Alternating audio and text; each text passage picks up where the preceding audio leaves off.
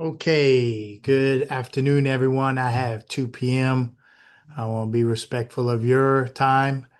So, can everybody hear me okay? Somebody throw me a quick thumbs up. I'll get started. I didn't check that yesterday, but okay. All right, great. Thank you all very much. All right, so here we go. Here is the update for 2 o'clock. Um, Tropical Storm Bertha still remains a highly sheared system. Systematic sustained winds are near 50 miles an hour. We are almost at landfall. I may be digitally delayed on it. It may have made landfall already, but from what I heard, it will be probably within the next 60 to 90 minutes. It will make landfall out in the Chandelier Sound, extreme eastern St. Bernard Parish area.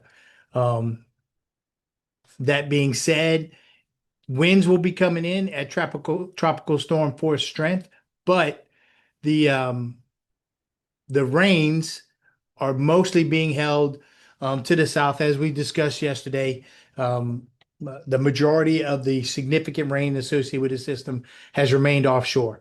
So, for biggest threats for interest along the I-10 corridor and south will be high sustained winds. So if you have trucks and or any other traffic that has high uh, wind sides that can be affected by high winds, you probably want them to move along another route. Maybe I-20 corridor would be better suited for those types of things. Bertha is going to continue to move off to the west, crossing going across the Bayou Parishes area, Plaquemines and Terrebonne, Lafourche, same area. It'll jump back out into Vermilion Bay for a short period of time, pass south of Sabine Pass, and then head back in somewhere around the Beaumont slash Corpus Christi area. All right. So we can see probably if you have interest in the area, 1 to 3 foot storm surge. I think I was seeing at high tide this morning, there were 2.5 feet at the gauges in the in Lake Bourne and areas around there. Not terribly significant as far as that goes for a storm surge, especially inside the protection system. So as it stands right now, oh, before I move on, let's wrap this up with we are still within an extreme heat warning. All right. It's probably going to be upwards of, I think yesterday evening, my weather station at the house did not get below feels like temperature of 105 degrees until after 7 p.m. So expect that same type of long-lasting heat dome to be over us without any significant rain coming in. That heat can will be there for a while, and once the storm passes, the heat will be back. So if we do get any rain associated with Bertha, it's going to be right back. The heat will be right back on top of us right afterwards. Um, so any questions, any concerns on the weather before I move on to the next part? Okay, seeing none. Right now, we have 4 parishes that have declared, and those are Plaquemine, Terrebonne, Lafourche, and St. Mary. There are no others that are currently in progress. So that's where it is. And ladies and gentlemen, I'm not going to bore you or waste a whole lot of your time. Um, this system, we are very, very you say what you want, blessed, lucky, however you want to call it. With it being very oddly shaped and everything being offshore, this has been a great exercise for us in getting ready. But the physical dangers to the southeastern part of the state are not going to be, I think, as great as we initially anticipated.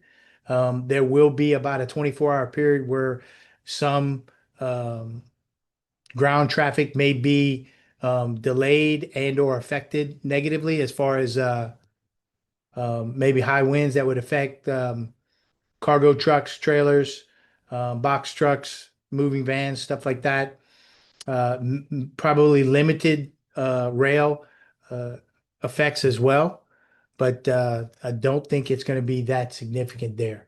So there are going back here as of right now, there are no shelters that are open. There's no one in any shelters. Well, there's a change. We do have one shelter that's open, and it looks like it is in Upper Plaquemines Parish. I sit corrected. So, but there are 20 folks there, so it's not a very, very large number that we're evacuating. As I understand it, there are no mandatory evacuations as it stands right now. This is all voluntary. And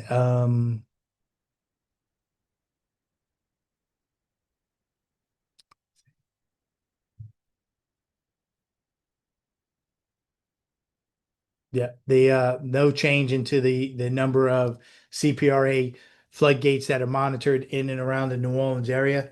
Um, If any of them close this evening, they will probably be open. From what I heard this morning at the GOSEP briefing, no more than 18 hours would they be closed. They'll be opened back up once the tide goes out tomorrow, starting tomorrow after probably around noon and later.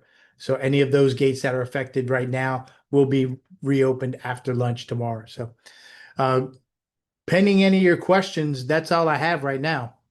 Um, is there anybody who has any questions or concerns? I'm sorry, I'm looking sideways, but I'm trying to use both my screens here. I'm looking at the one I'm briefing off of. So, well,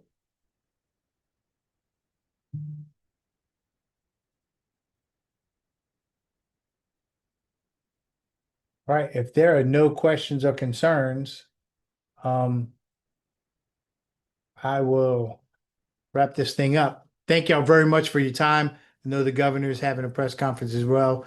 It was kind of too late to be able to change anything on our end, but we'll be able to talk about this again tomorrow, 2 p.m. This one, I remembered to press record on this one. So if it's something that you feel like needs to be shared with one of your teammates and or somebody else, please feel free to share it once it gets posted on our website and our YouTube channel. Thank y'all very much for your time. Appreciate it. See you tomorrow.